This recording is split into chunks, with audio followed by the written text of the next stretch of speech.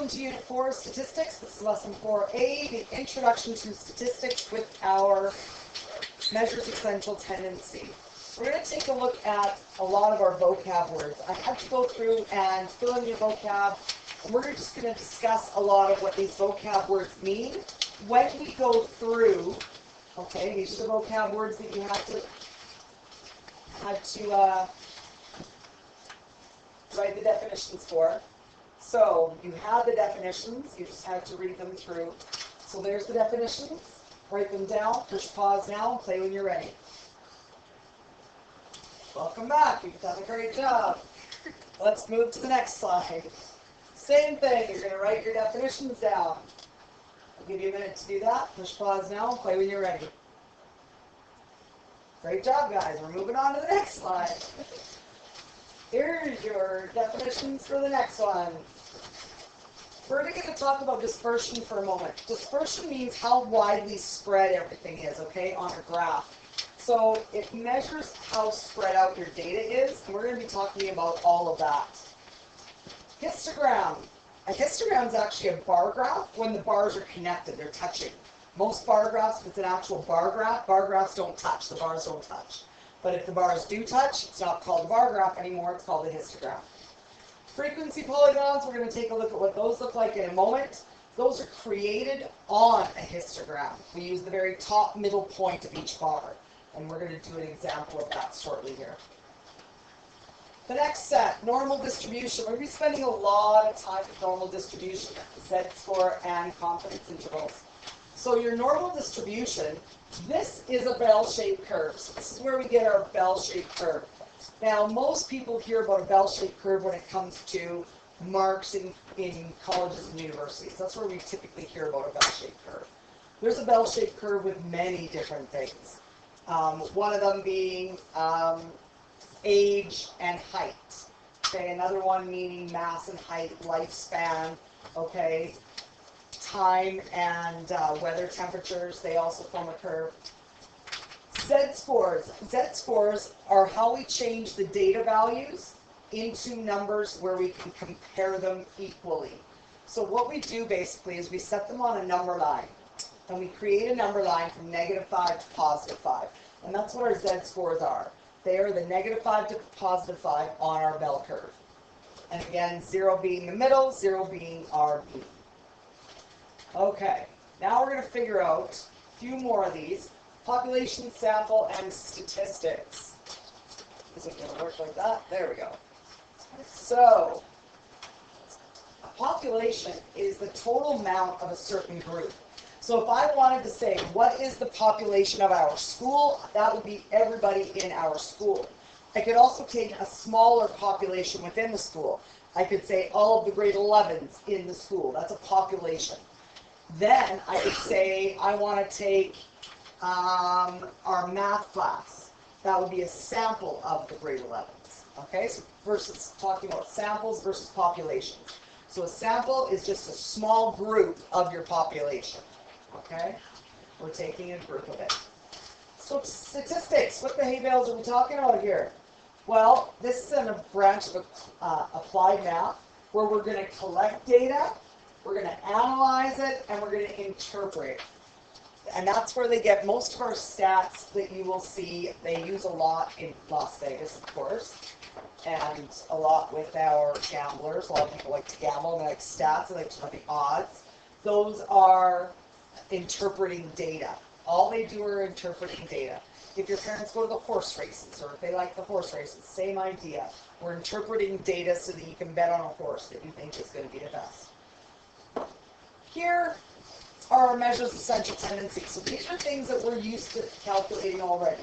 The mean, median, and mode. So if I wanted to calculate the mean of your midterm, how would I do that? I wanted to calculate the mean value of your midterm.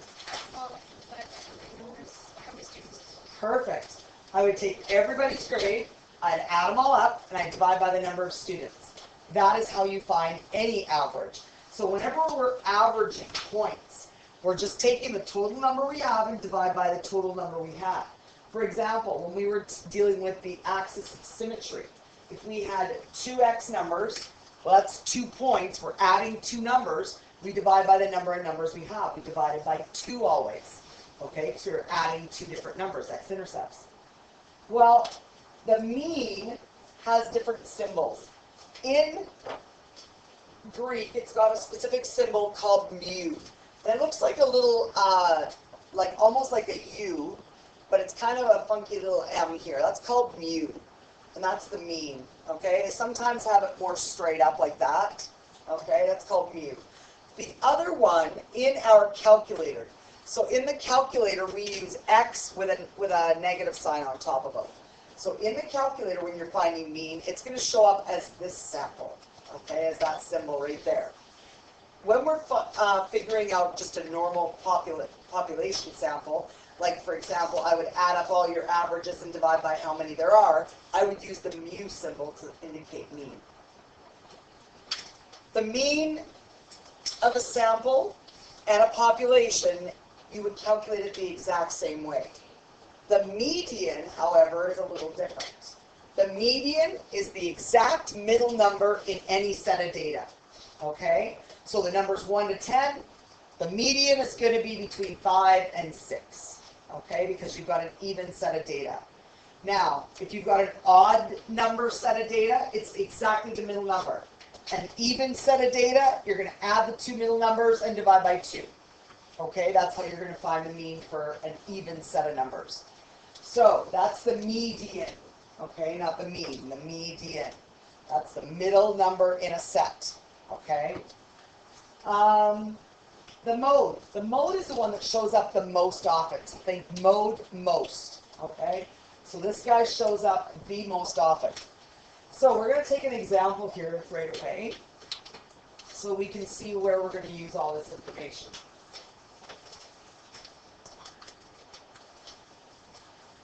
All right, the next few questions, let's take a look. It says each of these could have a possible argument for and against. So let's take a look. To compare a set of data, you need your mean, median, and mode. Okay, there can be a possible yes for this and a possible no for this. Why would you say yes, you need all 3? To get an accurate representation. Okay, you need all 3 to get an accurate representation. But you could also say that if you have only a set of data and you only want the mean, that's also fine. You don't always have to calculate the median and mode. So that's where you can have a yes and no answer to this question. So do you always need all 3? No. You can just have the mean sometimes. Do I need to know when I figure out the average of your guys' exam, do I need to know who got the middle number? No, it doesn't matter. Does it matter who got the exact middle number? Does it matter what the exact middle number is? No. Okay? Now, do we like to see the bottom number and the top number? Yes, we do. Those are your min and max values. Now, it says most data is evenly distributed. What that means is half of the data is below the mean and half of the data is above the mean. Is most data that way? Would we consider it?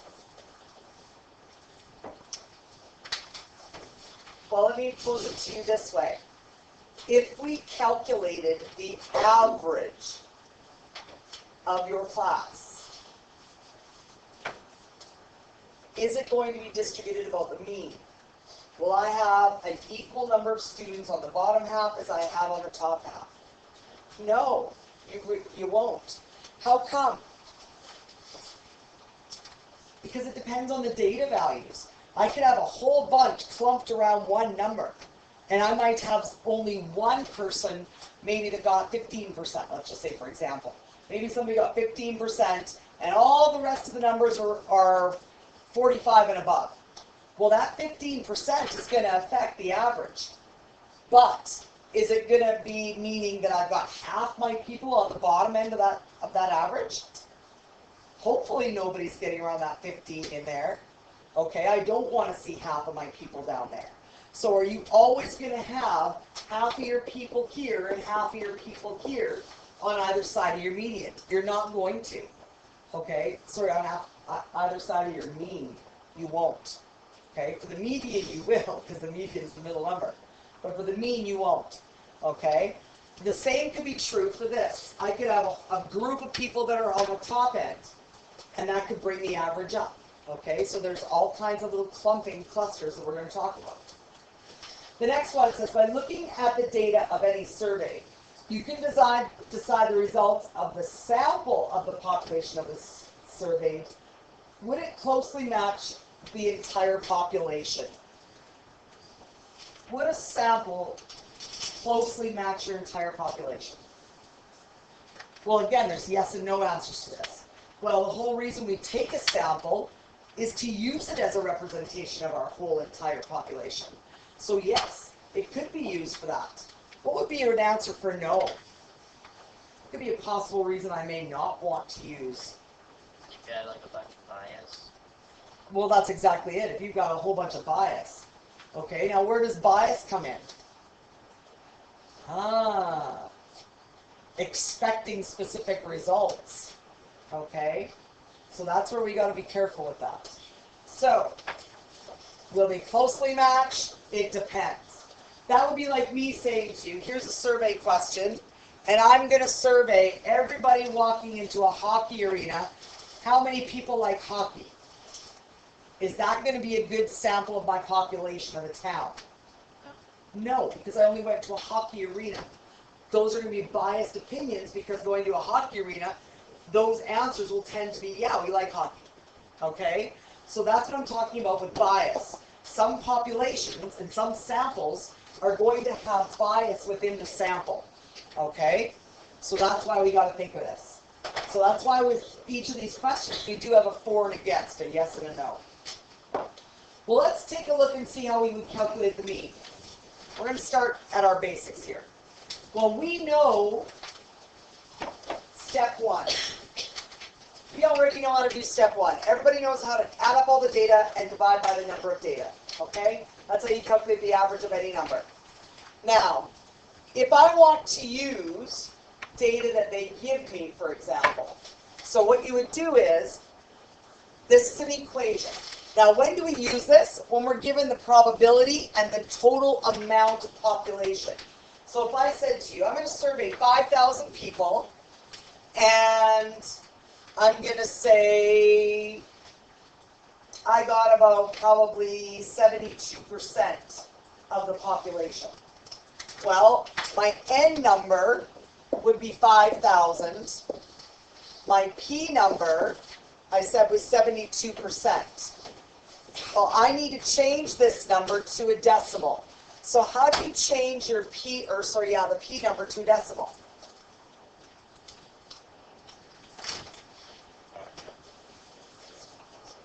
That's right. We divide by 100 or move the decimal place 2 to the left. So the hidden decimal place is right there after the 2. I'm going to move it 2 to the left. I'd get 0.72. So the P number is always in decimal form. So it is a percent taken to a decimal. That's what the P is. Always, always. So if I wanted to know what the mean of this population sample, I would take 5,000 times 0.72. Okay, and that would give me my mean. 5,000 times 0.72. Who's got my average? What's my mean for those pieces of data there?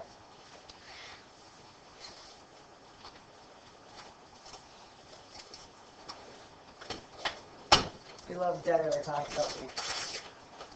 5,000 times 0.72. 3,600. So my average here, my mean, would be 3,600. So of the data values there, 72% of it became 3,600. Okay, 72% of my data. Now, what if I gave a list of data? Well, we know if I was given a list of data, what if there's 100 numbers? Do I want to sit there typing in 100 numbers? No, I'm going to let the calculator do it for me. So we do a step that's called a one variable statistic. What that means is we're just going to throw it into a list of values, and the calculator is going to find out every single piece of information. It finds out everything but the mode. Okay, it will not find the mode of a set of data. But all we've got to do to find the mode is find out which number shows up the most. That's all it is. So The calculator only calculates mean, median, standard deviation, min, max. We do not calculate mode. That's already stated for us. So we're going to use an example. Our first example talks about teachers and student golf challenge. Here's the golf scores of the 10 teachers. We want the mean and median and mode. And this one says manually, so we're not using the calculator for a one variable stat. This is where we're just going to add up all the numbers and divide by how many there are. So we're going to add our numbers, add them all up, and then we're going to divide by the total numbers. I'll give you a couple minutes to do that. Switch pause now and play when you're ready. Okay, hopefully everybody added all those up. So for our median, our mean, we should have 86.5. This is what you should have got for your mean. The median is our middle number. Now it's an even set of data. So you had to grab both numbers, 79 and 81, and find out what's in between them. What's in between them? 80. Okay, so the median is 80. You would add them up and divide by 2. You would get 80. All right. Now the mode. We are able to have a double mode if possible. We have two numbers that are repeated. So in this case, we do have a double mode. We've got 74 and 85. So we write 85 and 74. Okay, we have a double mode, and that is totally possible. Any questions about the first example? So will there always be a double number like this? For a mode, will there always be a double number? No. Oh no, like an equal, will there always be two of the same numbers? Yes, there should be, yeah. Yeah. And sorry? Because they show up the most often. So they're the numbers that are repeated. So let's say 85 is repeated 3 times, 74 wouldn't be listed then. It's the one that's repeated the most. Okay? All right, let's take a look at the bottom question. Now the bottom question is a work backwards one. It gives us the mean. It wants us to find one of the data values. So this is where we've got to take all of our numbers, we have to add them up, and we divide by the number of numbers. How many numbers there? 1, 2, 3, X is one of them, 4, 5. So we have 5 numbers. So we're creating an equation. They tell us the mean is 80. So that means the average of all those numbers and the X value is 80. So the way you'd set it up is adding all the numbers, so X plus all the other numbers, divided by 5 digits, equals 80. Now, what do all 4 of those other numbers add up to?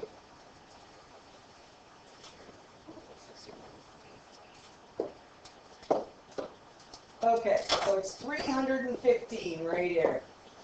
So we have a number plus 315 divided by 5 is 80. So now we're working back in our equations. What we've got to do is we've got to take the number off the bottom. That dividing line means he is being divided. So we're going to times out the number to get rid of him on the bottom. So we're going to multiply him to both sides. That's how you get rid of the number on the bottom. You multiply it to both sides. Now we're going to have X plus 315 is equal to 400. So what number plus 315 gives us 400? We're going to get X equals 85. Okay, we're just going to take 315 to the other side. Okay, so you'd subtract 315 from both sides, and that's going to give you 85. Yeah. Okay, on the next example, we want to compare data. Whenever we're comparing data, and they give us a table of values like they have, they've given us brand X and brand Y. So Paulo needs a new battery for his car. He's trying to decide between 2 different brands. Both brands are exactly the same price, but he wants to know the lifespan of the batteries. It says he obtains data for 30 batteries of each type. So we want to find the average time length. He wants to find the lifespan for each of these batteries. because the one that lasts longer is the one he wants to buy. Okay, because they cost the same. He just wants the one that's going to last longer. So in order to do this, this is where we grab our calculators. So everybody's going to grab your calculator. And this is where we're going to start inputting all the data into our list. So I'd like everybody to do this at the same time. We're going to do half the class doing brand X, half the class doing brand Y. So we're going to cut you down the middle right here. This half is doing brand X, this half is doing brand Y. So in your lists, you are going to hit your stat button underneath the delete button. So stat, enter. These are our lists. You might have numbers in there already. So brand X, I'm going to put brand X in mine. Brand X, you're going to have all these numbers. Okay, every single one of them are going to go in your list, in the same list. Okay, so I'm going to start. Please load your list, push pause down, play when you're ready. Okay, let's take a look at our calculators. The next thing we're going to do now is we're going to hit the stat button again. We're going to go across the top to calculate, and it's exactly number 1. We want number 1, so we hit enter. Now it's going to say 1 variable stats. Just hit enter again. Okay? Now that's going to give us all of our numbers. I'm going to explain to you what each of these describes. The X with the line is your mean, and that is the one that we always want 2 decimal places. So 5.74. So up here, brand X, the mean, 5.74 is what I'm going to write in there. Okay? Brand Y, what did you guys get? Okay, 572. Thank you. It will be very, very close. All right, let's take a look at the next one. Now it wants us to find the range. The range is found by your minimum number and your maximum number. So if you take a look at where the cursor's blinking, right above it is an N. The N with the arrow there, that tells you the total number of data in your list. So we have 30 numbers in our list. The number right above it, we're going to be using later in a couple other lessons, that's called your standard deviation. That just, with that little loopy 0 and then the X, that's your standard deviation, okay? We're going to talk about that again soon. So if you hit your down arrow, so we're going to see the min number was 3.1, and then at the very bottom it's going to show our max number. So my min number, and it also shows my median. Okay? Now, Q1 and Q3, we don't worry about those features for our analysis. All we've got to worry about is the range, median, and mode. So the mode doesn't come up on our calculators. We figure that out by looking at our list. So we found the minimum number. So the range we want, max, subtract min. That's the range. So what I need to do is I need to take 8.2 and subtract 3.1. That's my range. So my range of data is 5.1. Okay? So I'm taking 8.2, my maximum number, and I'm subtracting my minimum number. Now brand Y, what is your max and min numbers? Min is? 4.5. And your max? 7? Okay? Yeah, thanks. Okay, and then so your guys' range is going to be 3.5. Okay, because you have to take your max, subtract min. 7 minus 4.5. Oh yeah, it's 2.5. Thank you very much for correcting me. Yeah, 2.5. Thank you. Okay, the median, brand Y, what'd you get for the median? The one that said MED, med. 5.75. 5.75. Thank you. Okay, if we take a look for brand X, we got it also a median of 5.75. Now our mode. The mode, we literally got to go back to our list and look at the number that shows up the most often. So if we go back to the list of these data, in brand X, we're trying to find out which number shows up the most often. Which number showed up and doubled or tripled the most here? Which one was showing up the most in brand X? We have a 5.7, 5.7, 5.7. There's lots of 5.7s in here, so I would say my mode is 5.7. Okay? What about brand Y? What is your mode for brand Y? 5.9, 5.9, 5.9. Yes, you are correct. So, mode 5.7 for us and 5.9 for brand Y. Okay, now what we're going to do is we're actually going to graph the data. Now what we do is this is called a vertical line plot. Each of the numbers are from 0 to 9. What we're going to do is we're going to estimate and try and draw a dot above where they belong. So for example, when I take a look at my first number, I've got 5.1 for brand X. So I'm going to make a dot about right there. And then I've got 7.3 if I go across. So I'll make a dot about there. So what you're trying to do, now if you have a repeated number, you're going to draw on top of the dots. It's a vertical dot, vertical chart. Okay? So I want you to plot your data. I'll plot the data we have here. I'll do brand X, you guys do brand Y. Let's try and plot our data. I'll give you a couple minutes. Push pause now and play when you're ready. Okay. So this is what you should have come up with for brand X and brand Y. As we can see, everything is more closely clumped together on brand Y. So this is a better choice, brand Y. It's going to have more accurate because the spread is less. There's a larger spread of the numbers on brand X. Okay? And if we look at the data above, their average is very, very similar. Their average is almost identical. Okay? Yep. Okay.